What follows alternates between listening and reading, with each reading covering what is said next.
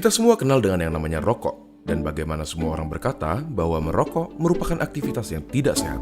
Tapi sebenarnya bagaimana sih rokok mempengaruhi badan kita?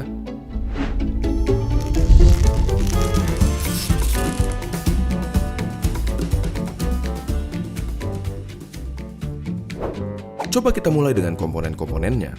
Pertama, nikotin. Suatu zat yang bisa bikin kita kecanduan, si alasan utama kenapa semua orang tidak bisa berhenti merokok. Bahkan, dia adalah alasan kenapa mereka yang berniat berhenti merasa tidak nyaman dan akhirnya ditarik kembali. Selain nikotin, ada sekitar 7.000 bahan kimia lainnya yang terlibat dalam proses membakar satu batang rokok, di mana diantaranya ada beberapa yang akan menjadi aktif dan dapat merusak badan kita. Terlebih lagi, terdapat lebih dari 60 bahan kimia diantaranya yang diketahui dapat menyebabkan kanker. Dari sini, kita dapat mengambil kesimpulan bahwa merokok dapat merusak berbagai macam organ tubuh kita dan secara umum menurunkan kondisi kesehatan.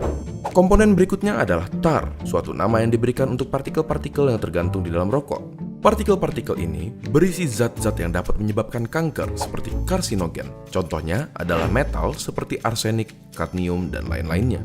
Tar itu lengket dan berwarna coklat. Dan apakah kalian pernah berpikir kenapa gigi dan kuku perokok menjadi kuning? Yap, itu adalah tar yang dapat juga mengotori paru-paru dan memberikannya penampilan yang sama. Zat yang berbahaya berikutnya adalah karbon monoksida, suatu gas yang dalam jumlah banyak dapat berakibat fatal karena menggantikan oksigen yang seharusnya tersirkulasi di darah. Gampangnya seperti ini. Di darah terdapat sel darah merah, dan di sel darah merah terdapat hemoglobin. Pada mereka yang tidak merokok, oksigen mengikat ke hemoglobin dan diantar ke seluruh tubuh. Tetapi, karbon monoksida dapat meningkatkan dirinya ke hemoglobin lebih mudah dari oksigen, dan akhirnya menggantikan oksigen. Kalian mungkin berpikir, ya sudahlah, apa masalahnya oksigen diganti karbon monoksida? Sangat bermasalah. Karbon monoksida membuat darah semakin kental dan pada aktivitas seperti berlari yang membutuhkan banyak suplai oksigen, organ-organ penting seperti jantung, otak, dan lain-lain jadi kebagian sedikit sekali oksigen dan dapat berakibat fatal.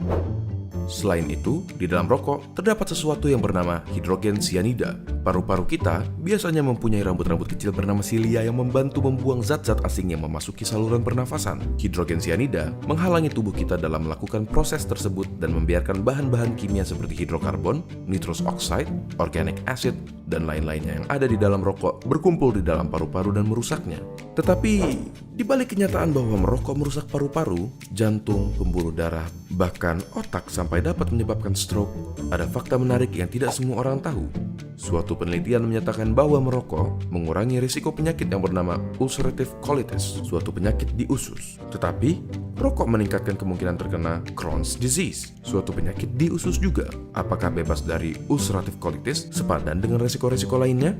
Coba tanyakan pendapat teman-teman kalian yang merokok ataupun bebas dari rokok dengan membagikan video ini ke mereka. Apakah kalian akan terus melanjutkan merokok atau berhenti? Apakah kalian akan mulai merokok atau tetap menjauhkan diri dari rokok? Tulis pendapat kalian di kolom komentar di bawah.